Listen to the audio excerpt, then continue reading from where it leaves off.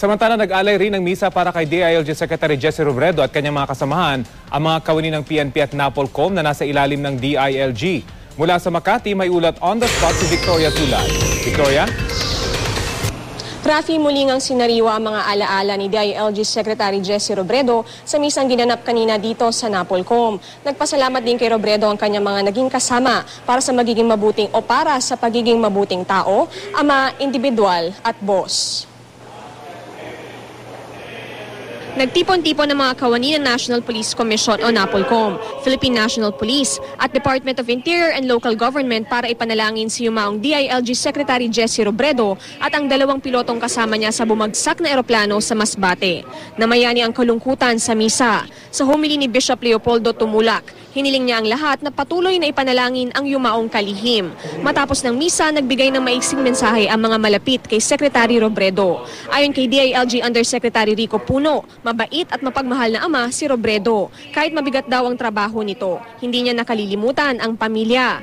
Pagdating naman sa trabaho, hindi rin daw matatawaran ang dedikasyon ng kalihim at sinusuri maging ang pinakamaliit na detalye. Ang kanyang misyon, mapalaganap daw ang mabuting pamamahala.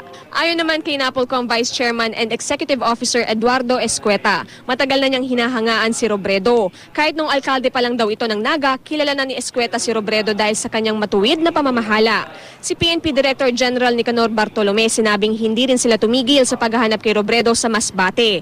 Habang nagpapatuloy ang diving operations, sila naman ay wala ring tigil sa pag-iikot sa coastal area sa pag-asang naroroon at buhay ang kalihim. Sa kasamaang palad nga ay natagpuan si Robredo sa loob ng bumagsak na eroplano. Sa kabila ng pagpanaw ni Robredo, kumpiyansa si Bartolome na masaya ito, nakapiling na niya ang Panginoon at na lahat ay nagkakaisa para sa kanya. We are saddened by the loss of a great man. Si Secretary Robredo kasi ay malaki yung contribution niya sa mga programa ng Philippine National Police. Sir Jesse, you have done a lot. No? Your good governance priority is now moving. Talagang malaki ang nawalang gabay namin dito sa NAPOLCOM.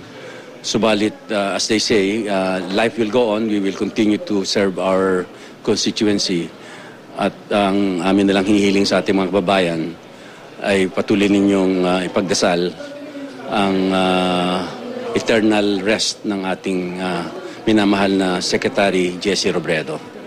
We thank you for the inspiration you have given us. Rest assured that we will continue the fight to achieve our dream of a better nation as you now fly with the angels in heaven. Farewell, sir, until we meet again. Rafi, pangako nga naman nakasama ni Secretary Robredo, ipagpapatuloy nila ang mga proyekto ng kalihim at gagawin din ng lahat para mapagbuti pa ang kanyang mga reforma. Rafi? Maraming salamat, Victoria Tulad.